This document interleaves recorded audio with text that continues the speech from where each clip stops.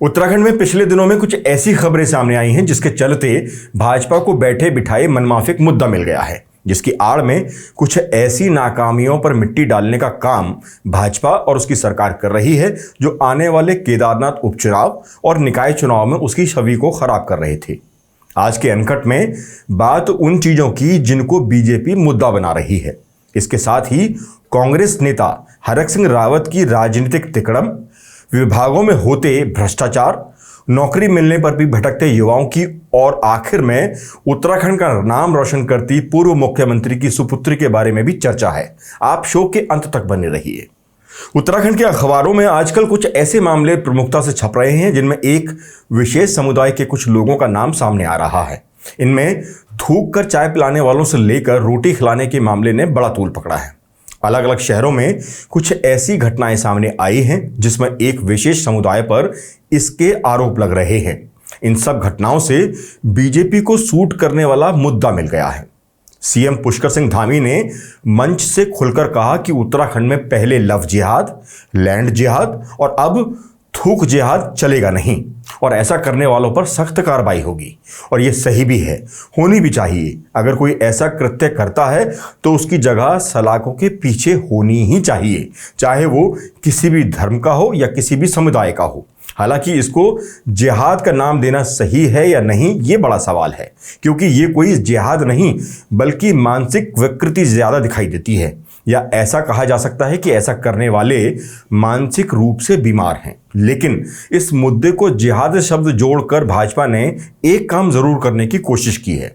क्योंकि ऐसा मुद्दा भाजपा को सूट करता है तो भाजपा इसको खूब जोर शोर से उठाकर आगामी निकाय चुनाव और केदारनाथ उपचुनाव में ध्रुवीकरण कर फायदा उठाने के लिए कर रही है।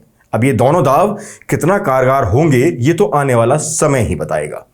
लेकिन भाजपा इसको मुद्दा बनाकर अपनी सरकार की उन नाकामियों को ढकना जरूर चाहती है जिनसे उसकी छवि को डेंट लगा है। इस मुद्दे को हवा देकर बीजेपी जनता का ध्यान उन मुद्दों से भी हटाना चाहती है कि कल जनता उनसे ये न पूछ बैठे कि उत्तराखंड के सशक्त भू कानून का हुआ क्या। गणेश जोशी पर आय से अधिक संपत्ति के जो आरोप लगे थे उसको लेकर क्या कार्रवाई हुई। बीजेपी नेताओं के जो नाम महिला दुष्कर्मों के चलते सामने आए उस पर क्या हुआ। अंकिता हत्याकांड के आरोपियों को अब तक सजा क्यों नहीं मिली। आखिर वो वीआईपी कौन था जिसका जिक्र अंकिता की व्हाट्सएप चैट में किया गया है। उनका नाम का खुलासा आज तक क्यों नहीं हुआ। रिजॉर्ट पर बुलडोजर चलवाने वाली विधायिका से क्या पूछताछ कर निष्कर्ष निकल पाया है।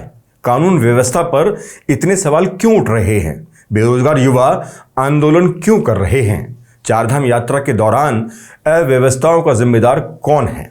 दिल्ली में कैसे केदारनाथ धाम बन रहा था। वो तो भला हो विरोध करने वालों का, नहीं तो धाम बन ही जाता और हजारों लोगों की रोजी रोटी पर आने वाले समय में डाका जरूर पड़ जाता।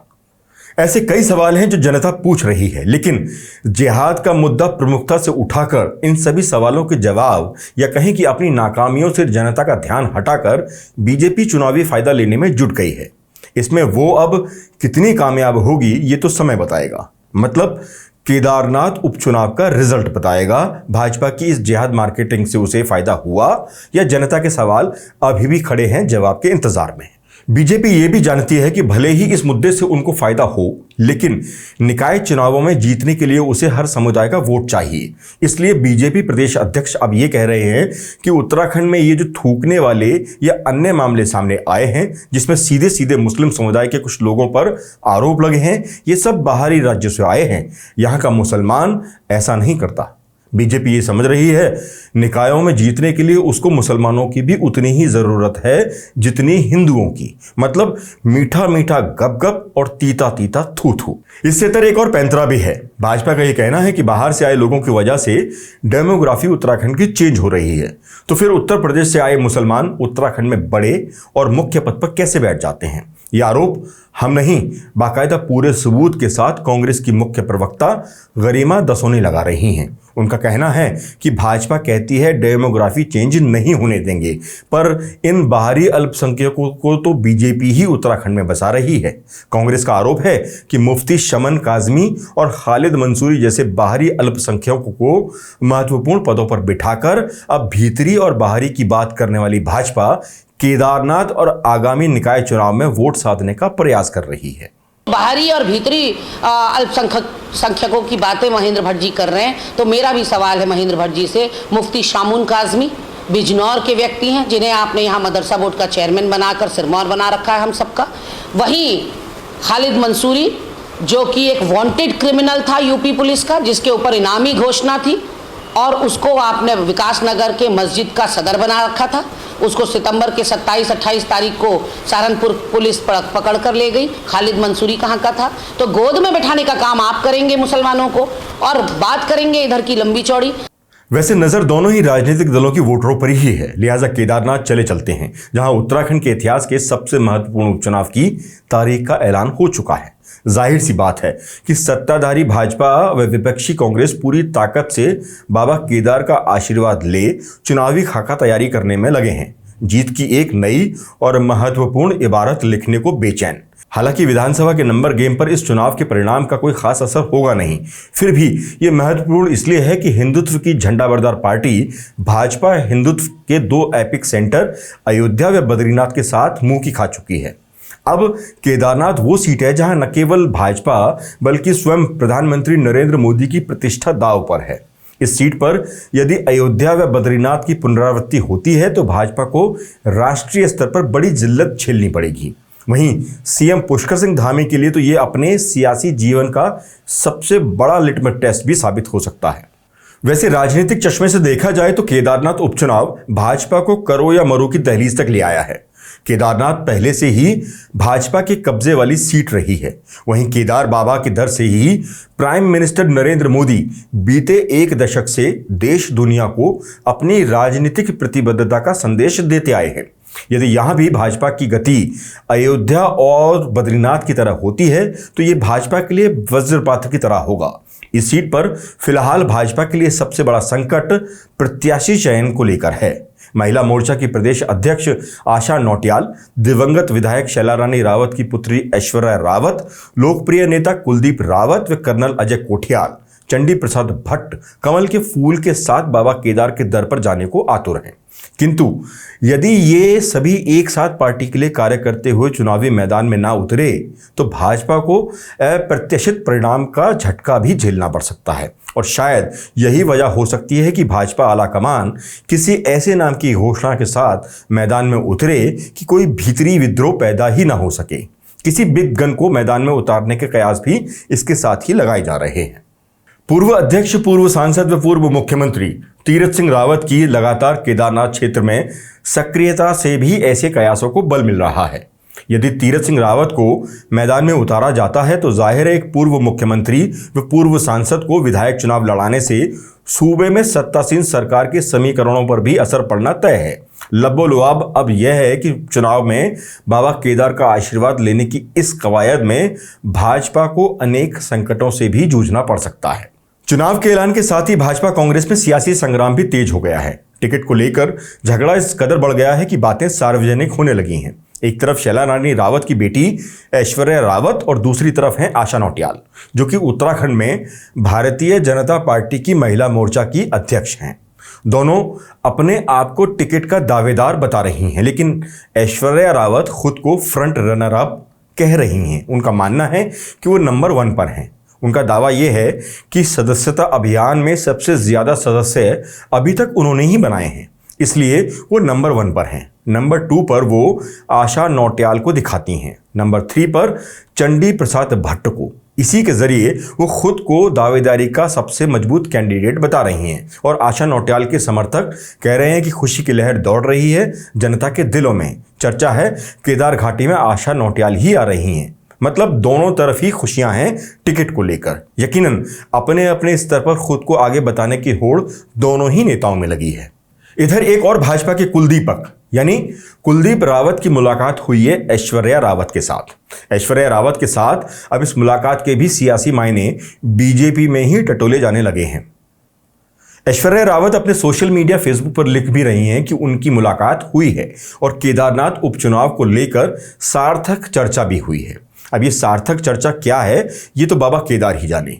वैसे जीतेगा कौन और हारेगा कौन, ये फैसला तो जनता करेगी, लेकिन टिकट किसे मिलेगा ये फैसला पार्टियों को करना है। मगर भाजपा में सब कुछ ठीक चल रहा है, इसको लेकर संशय बरकरार है। मगर भाजपा के बीच चल रहे इस घमासान से कांग्रेस के आपसी टकराव कम नहीं हो जाते। हालात लगभग कांग्रेस में भी आपसी द्वंद्व और संशय के बराबर बने हुए हैं। सिर फुटबॉल यहां भी कम नहीं है। कांग्रेस की राज्य इकाई यानी उत्तराखंड कांग्रेस की राज्य इकाई अनेक अंतर्द्वंद्व से जूझ रही है। जहां गणेश गोदियाल मनोज रावत को इस जंग की कमान देना चाहते हैं, वहीं डॉक्टर हरक सिंह रावत भी इस जंग में कांग्रेसी सेना की अगुवाई करने की हसरत पाले हुए हैं। बीते दिवस ही कांग्रेस प्रभारी कुमारी शैलजा द्वारा इस उपचुनाव की ऑब्जर्वर कमेटी की रिशफलिंग व विस्तार करते हुए गणेश गोदियाल को इस कमेटी का सुप्रीम बनाते हुए बद्रीनाथ विधायक बुटोला को भी इसमें शामिल किया गया। यदि प्रत्याशी चयन में इस कमेटी की चली तो अब बहुत संभव है कि पूर्व विधायक मनोज रावत ही केदारनाथ के रण में कांग्रेस दल की अगुवाई करेंगे। बद्रीनाथ व मंगलौर के उपचुनाव में कांग्रेस ने बेहतरीन प्रदर्शन करते हुए एक सीट बसपा से छीनी, तो वहीं हिंदुओं के महातीर्थ बद्रीनाथ के आशीर्वाद को पुनः अपने सिर लेने में सफलता पाई। ऐसे में पार्टी चाहेगी कि केदारनाथ की सीट को भी भाजपा से किसी भी तरह से छीनकर वो उत्तराखंड सहित राष्ट्रीय स्तर पर एक ऐसा सिंबॉलिक मैसेज दें कि हिंदुत्व के पवित्र केंद्र में ही मतदाताओं ने भाजपा को नकार कांग्रेस को अपना आशीर्वाद दिया है। वैसे राष्ट्रीय स्तर पर पार्टी को पिछले दिनों हरियाणा चुनाव में मुंह की खानी पड़ी थी। कांग्रेस पार्टी चाहेगी कि वह नरेंद्र मोदी के सेंटिमेंटल मैसेज के लॉन्चिंग पैड यानी केदारनाथ पर कब्जा कर राष्ट्रीय स्तर पर इसे भाजपा के खिलाफ हथियार के तौर पर प्रयोग कर सके। पर उसके लिए महत्वपूर्ण यह है कि कांग्रेस प्रदेश में गुटबाजी से निजात पा पाएगी या नहीं। अब यहां गुटबाजी का जिक्र छिड़ा तो शेरे गढ़वाल की बात करना भी जरूरी हो जाता है। अभी हाल ही में कांग्रेस के दावेदारों में शुमार हरक सिंह रावत ने एक बयान देकर सबको चौंका दिया। जो हरक सिंह बीजेपी छोड़ने के बाद से ही कांग्रेस में सक्रिय राजनीति में आने के लिए पुरजोर कोशिश कर रहे थे, वो केदारनाथ चुनाव की घोषणा से ठीक पहले एक बयान देते हैं कि वो केदारनाथ से चुनाव नहीं लड़ना चाहते, बल्कि वो तो विधानसभा चुनाव ही नहीं लड़ना चाहते।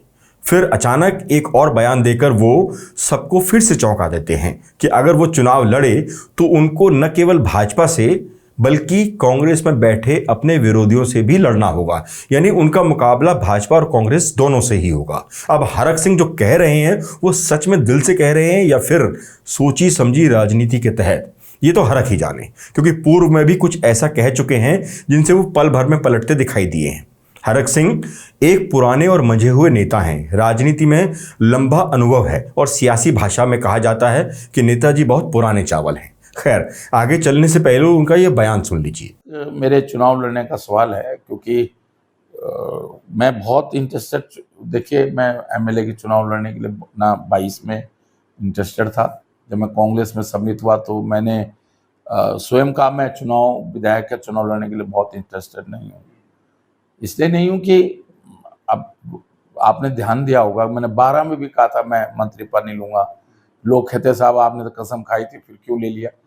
कई बार व्यक्ति अपने जो समर्थक होते हैं, क्षेत्र की जनता होती है, उसके सामने नतमस्तक हो जाता है। अब आप उदाहरण से समझिए, 2012 में उन्होंने विजय बहुगुणा की सरकार के लिए कहा था कि कहीं की ईंट कहीं का रोड़ा, भानुमति का कुनबा जोड़ा। उन्होंने ये भी कहा था कि मैं मंत्री पद जूते की नोक पर रखता हूं, मंत्री की शपथ कभी नहीं लूंगा। लेकिन बाद में मंत्री पद पर भी विराजमान हो गए और जिस विजय बहुगुणा सरकार में वो मंत्री पद को जूते की नोक पर रख रहे थे, बाद में वो बहुगुणा के इतने करीबी हो गए कि हरक सिंह रावत ने बगावत का झंडा बुलंद कर दिया हरीश रावत की सरकार के खिलाफ। याद रहे कि हरीश रावत की सरकार में भी वो मंत्री पद पर ही आसीन थे।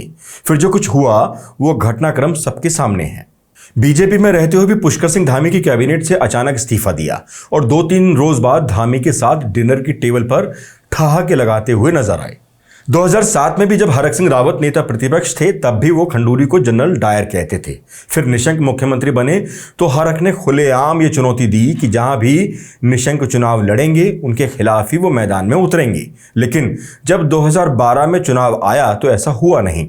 हरक ने फिर निशंक के खिलाफ लड़ने से पहले ही मैदान छोड़ दिया और वो रुद्रप्रयाग से चुनाव लड़े। अब केदारनाथ में जब उपचुनाव हो रहा है तो उनके अलग अलग दिनों में अलग अलग बयानों के मायने भी बहुत अहम माने जाते हैं और अलग भी माने जाते हैं। सवाल यही है कि हरक सिंह रावत चाहते क्या हैं और करने वाले क्या हैं। हालांकि जब हरक सिंह रावत सब कुछ बता ही देते हैं तो बल ये भी बता देते हैं कि हर बार वो अपनी सीट क्यों बदल देते हैं। जिस विधानसभा से एक बार वो चुनाव जीत जाते हैं दोबारा फिर उस विधानसभा से चुनाव क्यों नहीं लड़ पाते। ये एक ऐसा सवाल है जिसका जवाब लगभग प्रदेश का हर आदमी जानना चाहता है। तो चलिए जनता को हम ही अपने अंदाजे से रूबरू करवा देते हैं। हमें तो लगता है कि हरक सिंह उस विधानसभा में दोबारा इसलिए नहीं जाते कि वहां वो 5 साल में ही इतना विकास कर लेते हैं कि उसके बाद वहां और विकास की ज़रूरत ही नहीं पड़ती, या फिर उनके खिलाफ इतनी नाराज़गी बढ़ जाती है कि उनको दोबारा वहां से चुनाव लड़ने की हिम्मत ही नहीं होती, मतलब हार का डर रहता है। वैसे हरक सिंह रावत एक कद्दावर मंत्री के तौर पर कई सरकारों में अपनी सेवाएं दी चुके हैं, फिर चाहे वो भाजपा हो या कांग्रेस। लिहाजा इतनी मजबूत शख्सियत के बारे में छोटे में समेट पाना थोड़ा सा मुश्किल है। तो इस पर हम जल्द ही अपने तमाम दर्शकों और हरक सिंह रावत के समर्थकों के लिए एक संपूर्ण कथा वाचन करेंगे। फिलहाल वापस मुद्दे पर लौट चलते हैं। चुनावों में भले ही राजनीतिक दलों की प्रतिष्ठा दांव पर हो, लेकिन कुछ ऐसे मामले हाल ही में सामने आए हैं जो सरकार की प्रतिष्ठा को जरूर गिरा रहे हैं। मसलन एक ये मामला ही देख लीजिए। मुख्यमंत्री पुष्कर सिंह धामी ने अभी कुछ समय पहले 1000 से ज्यादा युवाओं को नियुक्ति पत्र बांटे थे। अखबारों में इसका खूब बखान किया गया, लेकिन सच्चाई थोड़ा हटकर है। दरअसल कुछ समय से सरकार ने दावा किया था कि उसने 3.5 साल में 17,000 लोगों को सरकारी नौकरी दी है, लेकिन दूसरी तरफ जिनको सरकार ने नियुक्ति पत्र बांटे हैं वो तैनाती के लिए विभागों के चक्कर काट रहे हैं। दरअसल 2021 में 14 विभागों में 1000 से ज्यादा कनिष्ठ अभियंताओं की भर्ती विज्ञप्ति जारी हुई थी। पहले ही ये परीक्षा कराने में लोकसभा आयोग को काफी समय लग गया था और जब लगभग 1 साल बाद परीक्षा कराई गई तो इसमें धांधली सामने आ गई, जिसके बाद इसको निरस्त कर दिया गया। फिर 2023 में यानी फिर 1 साल के बाद ये परीक्षा दोबारा हुई और इसका परिणाम घोषित होने में फिर लंबा समय लग गया। अब जब इतने समय तक इंतजार कर रहे अभ्यर्थियों को नियुक्ति पत्र सूबे के मुखिया ने बांटे तो अब विभागों ने उनको चक्कर कटवाने शुरू कर दिए हैं। नियुक्ति पत्र बांटकर सरकार ने तो वाहवाही लूट ली, लेकिन विभागों और उसमें बैठे अधिकारियों का रवैया देख लीजिए कि नियुक्ति पत्र मिलने के बाद भी ये लोग तैनाती के लिए भटक रहे हैं। इससे अंदाजा लगाया जा सकता है कि हमारे अधिकारी कितना काम करते हैं और मुख्यमंत्री पुष्कर सिंह धामी के कल्याणकारी कामों को कितना बदनाम करते हैं। जन कल्याणकारी नीति से याद आया कि एक और अधिकारी हैं जिन्होंने जन कल्याण में भर भर कर हिस्सा लिया है। काम क्या कर रहे हैं ये भी देख लीजिए। उत्तराखंड के टिहरी गढ़वाल लोकसभा से सांसद प्रत्याशी रहे और बेरोजगार संघ के अध्यक्ष बॉबी पवार ने प्रदेश के मुख्यमंत्री पुष्कर सिंह धामी के स्वयं के ऊर्जा विभाग से संबंधित यूपीसीएल के डायरेक्टर अनिल कुमार यादव पर भ्रष्टाचार के गंभीर आरोप लगाते हुए आय से अधिक संपत्ति के मामले में आड़े हाथों लिया है। बॉबी पवार ने कहा कि विजिलेंस टीम द्वारा छोटे मोटे भ्रष्टाचार के मामले उजागर करने पर सरकार अपनी पीठ थपथपा रही है, किंतु भ्रष्टाचार में संलिप्त बड़े अधिकारियों को वसूली एजेंट बनाते हुए सेवा विस्तार देकर उनको पुरस्कार दे रही है। बॉबी पवार ने यूपीसीएल के डायरेक्टर अनिल कुमार यादव द्वारा अपनी पत्नी, पुत्र एवं पुत्री के नाम पर करोड़ों की संपत्ति दर्ज होने के आरोप लगाए हैं। बॉबी पवार ने कहा कि शासन द्वारा पूर्व में 6 सदस्यीय जांच कमेटी का गठन किया गया था, जिसकी जांच कर जांच समिति ने भ्रष्टाचार निवारण अधिनियम के तहत अनिल कुमार यादव पर कानूनी कार्रवाई करने के लिए कहा था।